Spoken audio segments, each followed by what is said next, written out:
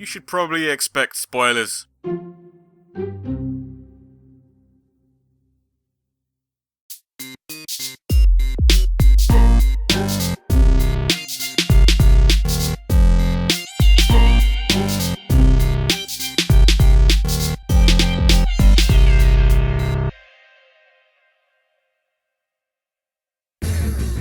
He sheds his clothes and then tells you to die. Sounds like an average Friday night for me, to be honest. Who dat? It's Urien.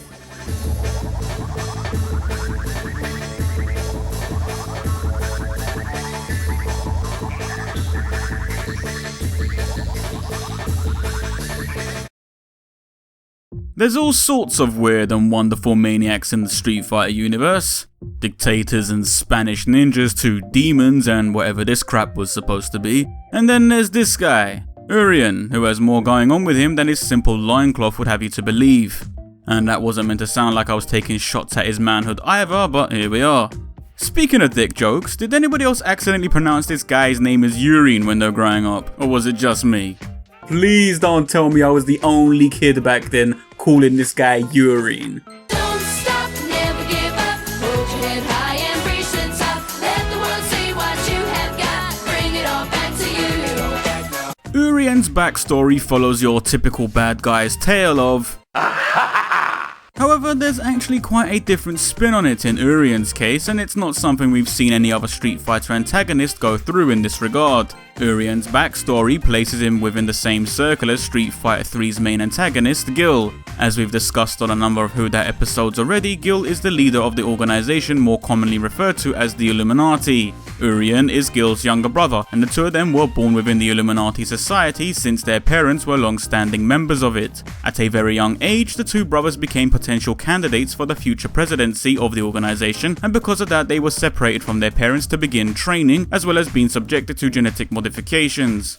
Over time, Urien slowly learned to manipulate earth and lightning based elements within his chi and mastered the Aegis Reflector, which is a technique listed as one of the 66 secret arts of the Illuminati. Throw in the bonuses of him being incredibly athletic and somewhat of a scientific genius too, and this guy has it all. Our boy Urien was doing some pretty impressive things for his age and looked like a very promising option for the Illuminati's future presidential spot.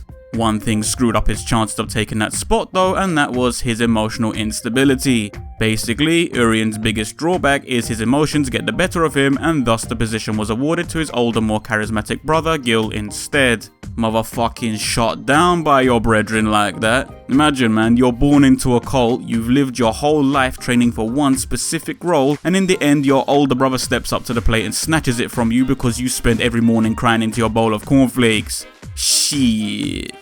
Safe to say, Urien felt the injustice upon him, and with being such an emotional guy, he went on to resent his brother, succumbing to overbearing amounts of jealousy towards him.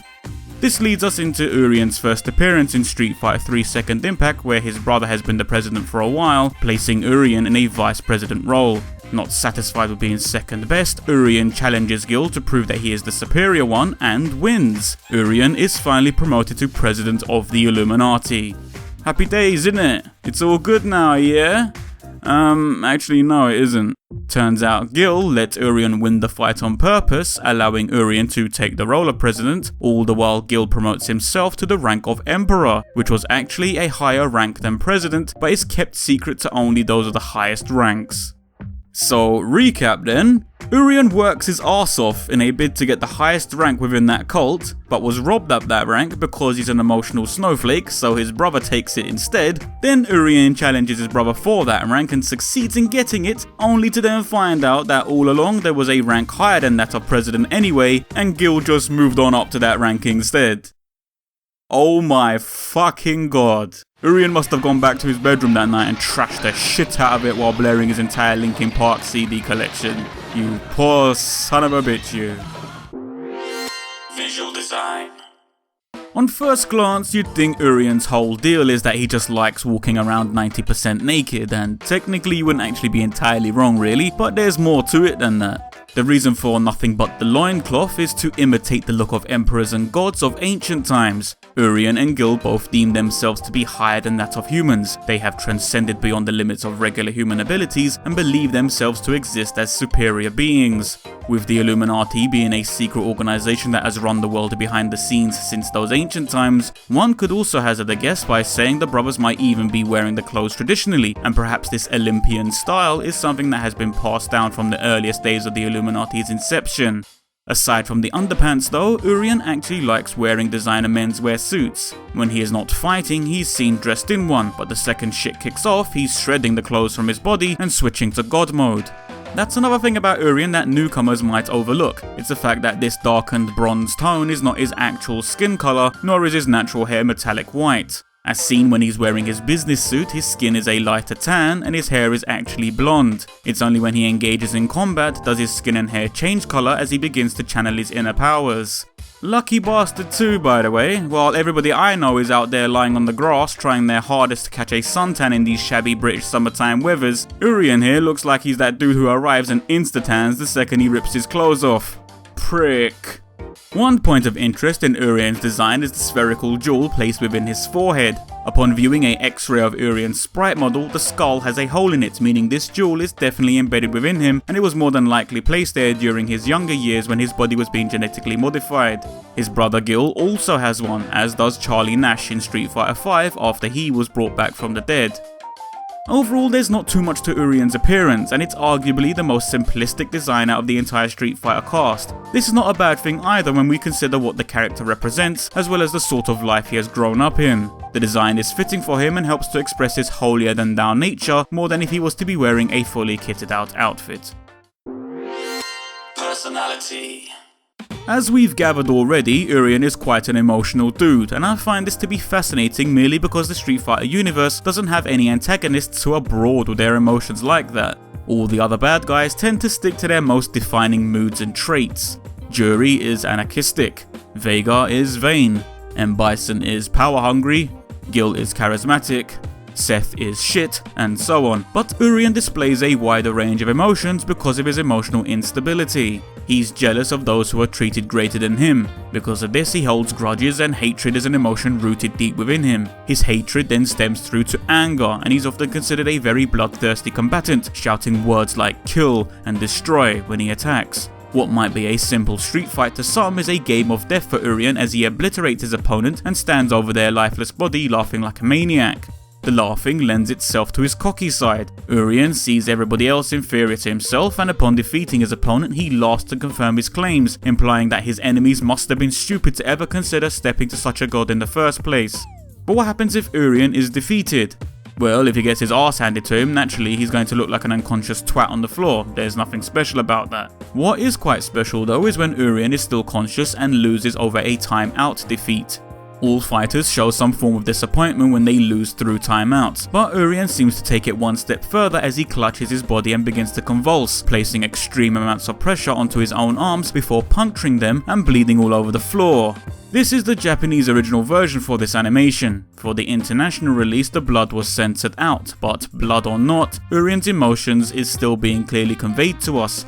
He literally cannot accept defeat, to the point that if he does, he will inflict pain upon himself out of frustration. This lends itself to his inferiority complex. He believes himself to be the ultimate being, he feels nothing is greater than him, but should he ever be proven incorrect, the shame is too much to bear, and he would probably kill himself if it wasn't for one last emotional trait: his determination. Urien will stop at nothing to finally get what he wants, and he will not compromise. It's all or nothing. And this brings us full circle back to his jealous nature, because he is forever in the shadow of his brother Gil, therefore jealousy manifests within him and sends him deeper into this emotional cycle. As far as antagonists go, this instability makes Urien pretty compelling to watch, and I would love for them to take this trait further. Gil clearly doesn't care about his brother's mental state, merely toying with Urien and making him think he had claimed leadership of the Illuminati only to pull the rug out from underneath his feet and laugh in his face. That's that kind of thing where you fuck around with a fire by throwing gasoline onto the shit. You're gonna catch a reaction, and Urien is a cannon that's just waiting to explode out of sheer frustration, and it would be interesting from a storyline perspective to see what would happen as a result of that. Importance. Urien might not be the top boy over at the Illuminati's house, but as far as the Street Fighter 3 arc goes, his importance is actually through the roof for a number of reasons. He's the first person in line waiting to overthrow Gil and gain leadership of their organization. Urien is a toxic individual who is eager to see the downfall of his own sibling for the sake of personal gain. This keeps Urien, an antagonist, within the close circles of the series' main antagonist and places pressure on him for it. Urien isn't a good guy, and when the bad guys have bad guys out for their blood, then you've got some recipes for a great story with a whoever wins we lose scenario. Aside from that, Urien's got his own shit going on. His role as vice president has allowed him to become involved and oversee other aspects of the Illuminati's G project. One such aspect is the pursuit of genetically modified super soldiers, with the character 12 being the resulting success of those experiments. Earlier I mentioned Urien is technically somewhat of a scientific genius, and that's because his theory on human body reconstruction is mainly what was responsible for successfully creating 12's abilities to reform its own body. In essence, 12 essentially won't age or die. It's considered a breakthrough, and the one who thought it all up was Urien. From these experiments, it also connects Urien to two other characters. The first is a Russian man named Ilya, who was experimented on by the Illuminati in their pursuits for the G project. Dubbed Necro as a codename, Ilya was considered a failure in their goals, but the organization kept him around for special assignments. While Necro is more connected to Gil in terms of storylines, it was Urien at the head of the project that turned Ilya from the normal man that he once was to the mutant Necro that he is now. This act of illegal genetic experiments on humans also brought Urien in line with another character, though this time a mainstay Street Fighter veteran, Chun-Li. During Street Fighter 3 Third Strike, Chun-Li is on the search for a little girl who was abducted by the Illuminati. Her search leads her to Urien, who proclaims that he did indeed kidnap the girl and would return her should Chun-Li best him in combat. Not sure what the true outcome of all that was, since Third Strike is the furthest we go in the storyline for Street Fighter, but it's safe to assume Chun-Li does rescue the girl from Urien one way or another. There's also a blink and you'll miss it moment in Street Fighter 3 Second Impact, where Alex, who's on the hunt for the person responsible for hurting his friend Tom, meets Urien and inquires about his injured buddy. For some unexplained reason, Urien takes great offense to hearing the name Tom and attacks him. Don't know what the fuck that was about or if it's even canon, but I felt it's worth mentioning just in case they ever pull this plot point back up again in the future. Urien's importance to the series lies in the fact that he's an evil character who's not at the direct head of an organization, yet he's not somebody's lackey either. It makes him a solo player in what he's doing. He's got a lot of freedom in his actions, and because of that he has great potential to expand his story arc further and possibly even grow as a character too. Conclusion. Urien brings a level of uneasiness to the evil alignments in the Street Fighter series. All the other baddies are out there playing things by the evil player's handbook, but then here sits Urien, who has accomplished quite a few things but has also been robbed of some too. Because of that, his personality traits and emotional instability creates a foreboding sense of danger if he is to be continuously shortchanged like this. He's no pushover, he's got a lot of power in him to back up the claims he makes about himself, and things would truly go to shit for the world if Urien was to ever wrestle that position away from Gil. Urien has all the markings of an underdog, but unlike characters such as Sean Matsuda who are striving for something positive, if Urien was to ever achieve his goals, it would mean doom for us all. You're not supposed to be rooting for him, but damn if he isn't such an intriguing character to watch regardless.